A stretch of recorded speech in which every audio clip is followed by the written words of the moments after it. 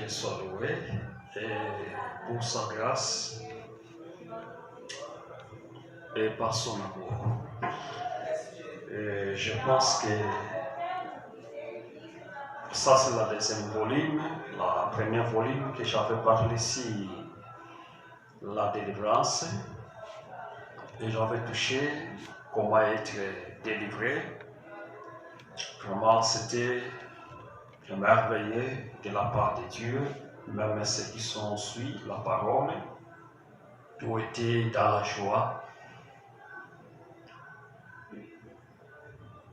Voilà, et cet après-midi, ou ce soir, je vais aussi avancer, toujours sur la même pied d'égalité, c'est-à-dire sur la délivrance. Bien-aimé, j'avais dit que je pense que c'était le 8, si je me rappelle encore, j'avais parlé sur la délivrance.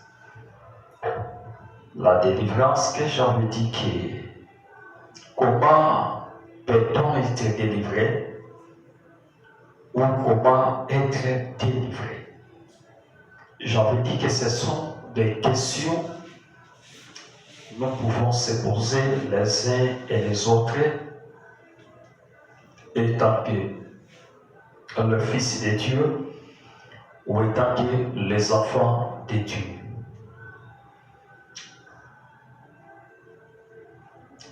J'avais dit, encore une fois de plus,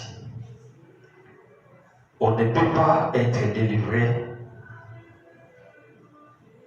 ou on ne peut pas servir notre Seigneur Jésus-Christ d'abord si notre conscience ne se rassemble pas de ce que je veux le faire. C'est-à-dire, ma question se rassemble toujours dans les idées de l'auteur, c'est-à-dire le thème que nous parlons sur la délivrance. Comment peut-on être délivré ou comment être délivré? C'est une question demandée. La réponse, on peut être délivré d'abord par ma propre conscience, y compris mes actes devant la scène. Je me servis Dieu. Je pouvais accepter Jésus comme étant Seigneur et Sauveur dans ma vie. Oh oui, c'est très bien. Mais ça n'arrête pas seulement de là. Mais je devais aller encore de loin. Je peux aussi poser des questions. Oui, j'ai accepté. Est-ce que je suis délivré dans ma vie? Ou je suis libre dans ma vie?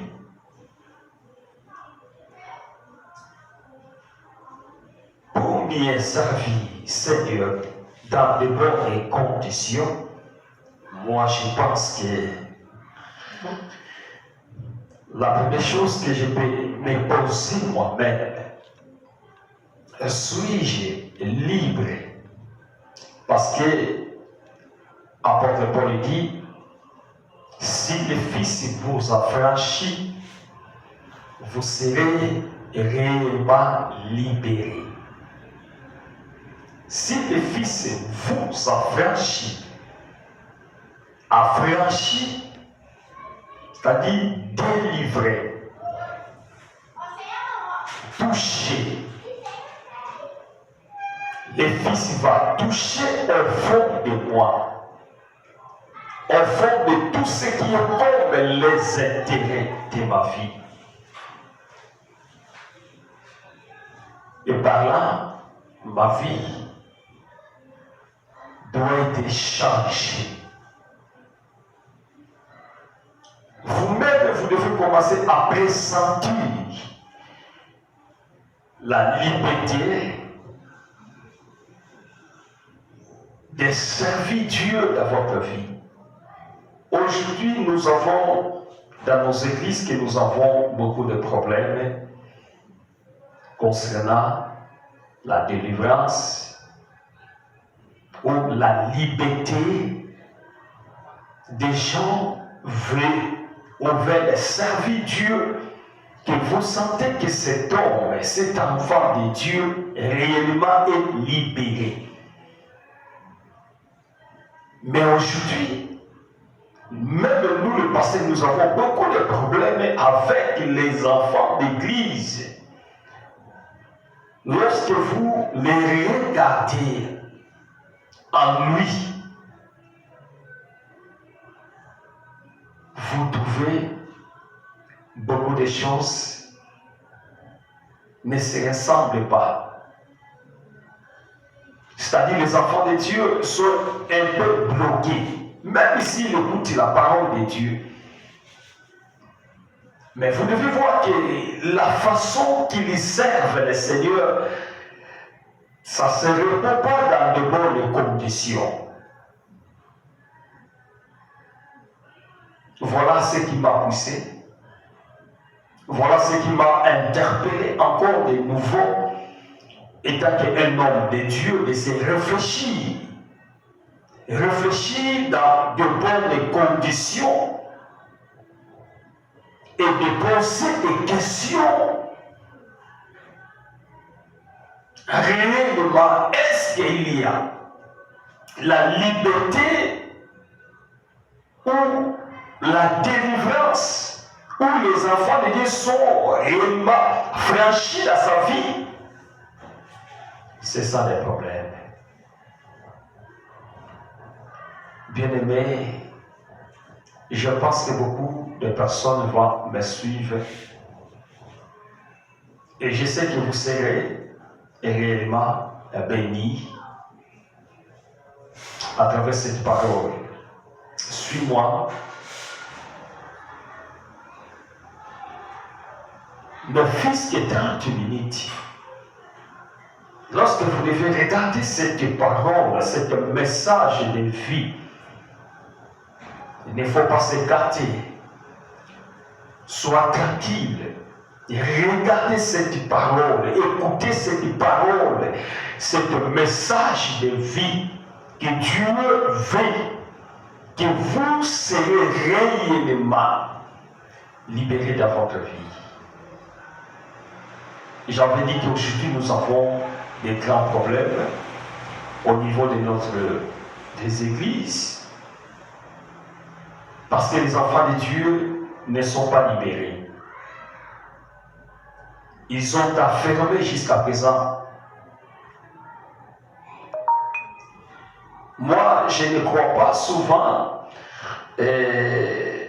En réalité, c'est que les choses se passent maintenant dans nos églises. Les gens ont la difficulté même d'écouter la parole de Dieu, même si vous parlez dans des langues maternelles comme l'Ingala, mais ça pose des problèmes. Même si vous posez des questions, 2 minutes que vous avez parlé et vous posez des questions, même un verset biblique, les gens n'auront plus la capacité de dire ce que vous avez quand même parlé. Et cela montre beaucoup des enfants de Dieu ne sont pas encore affranchis dans sa vie.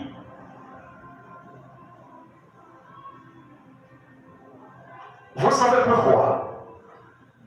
Sont démêlés, faire la mélange entre le monde et la vie chrétienne. La vie chrétienne, c'est la vie qui est différente par rapport à toute vie.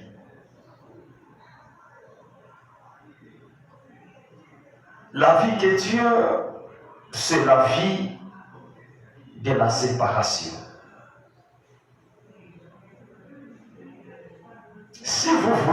aller et de faire le bien.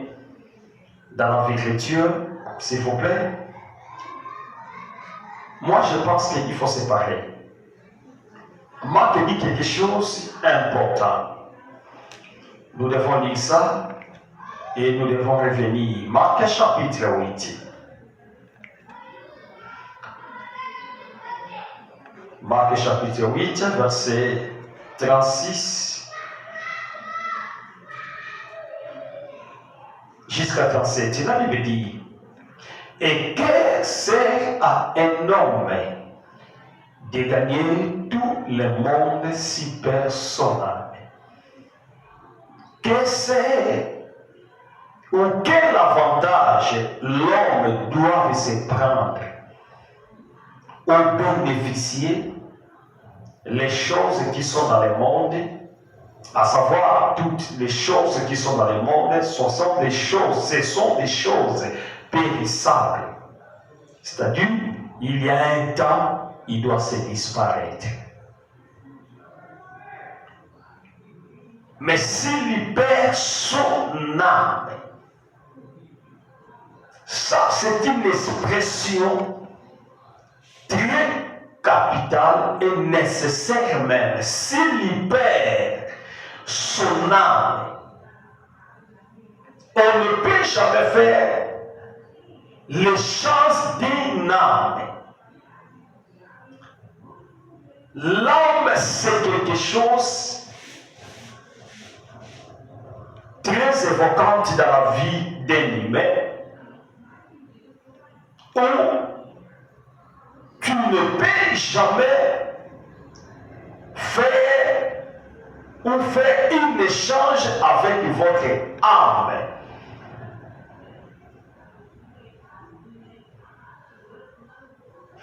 Parce que dans l'âme, il y a le sang.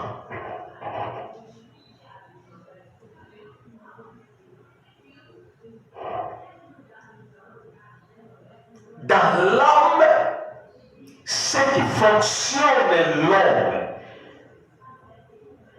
Même si quelqu'un est désempressé, quelqu'un il a fait un accident, on l'emmène devant un hôpital quelconque. S'il a fait, c'est-à-dire hémorragie interne, hémorragie, c'est-à-dire il a fait la perte du sang, le docteur va se consulter pour savoir si l'homme ne le fait plus encore un mouvement quelconque. Il doit savoir si cet homme il est encore dans la vie ou il est mort. Il doit regarder les appareils, il doit mettre les appareils pour savoir si en réalité il est encore dans la vie. C'est le fonctionnement de la vie au courant que nous sommes parvenus chaque fois dans notre vie. C'est l'âme. Donc l'âme, c'est le moteur d'un homme. On ne peut jamais, comme la Bible dit, faire l'échange avec une chose quelconque. L'homme, ça restera, c'est-à-dire l'homme, parce qu'on ne peut jamais troquer. On peut troquer les sons, on peut compléter les sons dans ma vie, mais mon âme reste mon âme. Marc dit,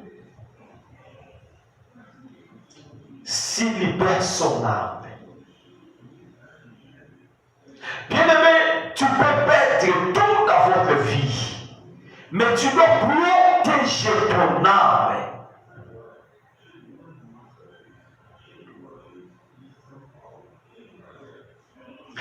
Dans le verset 37, la Bible dit qu'elle donnerait à un homme en échange de son âme. Est-ce qu'on peut faire l'échange avec une âme qui est devant moi? Je ne pense pas, bien aimé. J'avais dit, Des jours passés, j'avais dit, la meilleure façon de faire une délivrance, ça commence au niveau de la conscience. Parce que dans la conscience, c'est là où l'âme sait faire de tout. L'homme peut fermer sa bouche, ou l'homme peut se marcher au courant, c'est-à-dire dans la route, où l'homme peut se rester silencieux, mais son âme parle au-dedans de lui. Parle, bien-aimé. Oh, Dieu soit loué, tu es merveilleux, Seigneur Jésus. Qui est comme toi?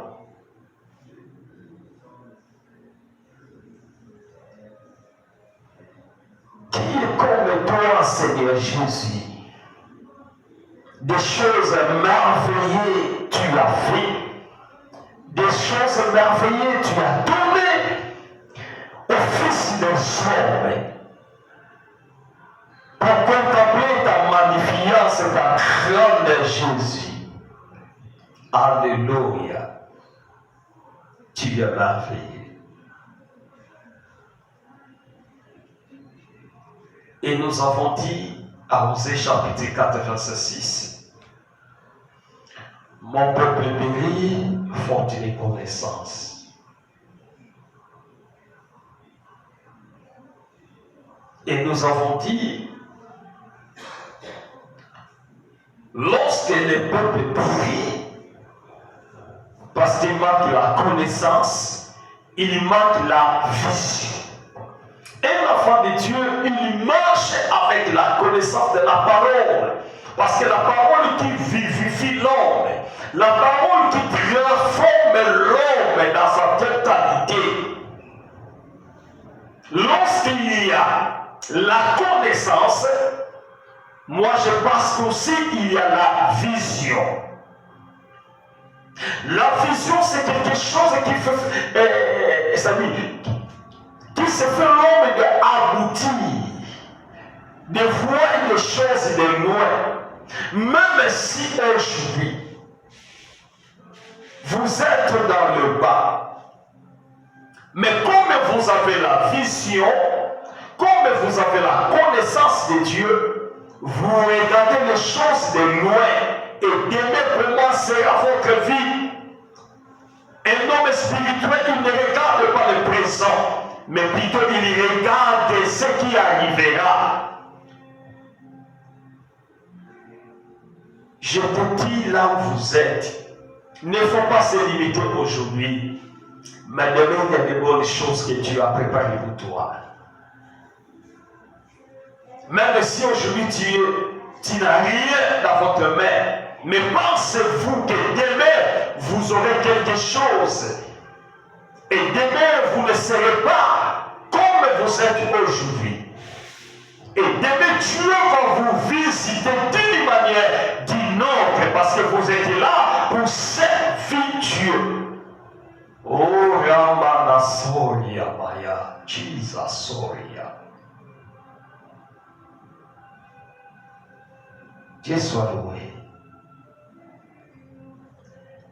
Jean chapitre 1, verset 1, j'avais dit. Au commencement était la parole. Et la parole était avec Dieu et la parole était Dieu. Le début c'était la parole et la parole était avec Dieu. Et la parole était Dieu. Donc, Dieu, il était le début et il sera aussi la fin. L'homme, c'est Dieu qui l'a fait à travers la parole. Le même Dieu, il a dit à l'homme, après avoir désobéi, la mort est arrivée. Mais Dieu n'a pas laissé seulement la mort, mais il a donné aussi la grâce. Même si tu meurs aujourd'hui, mais il y a la grâce. Dieu, il a posé sa main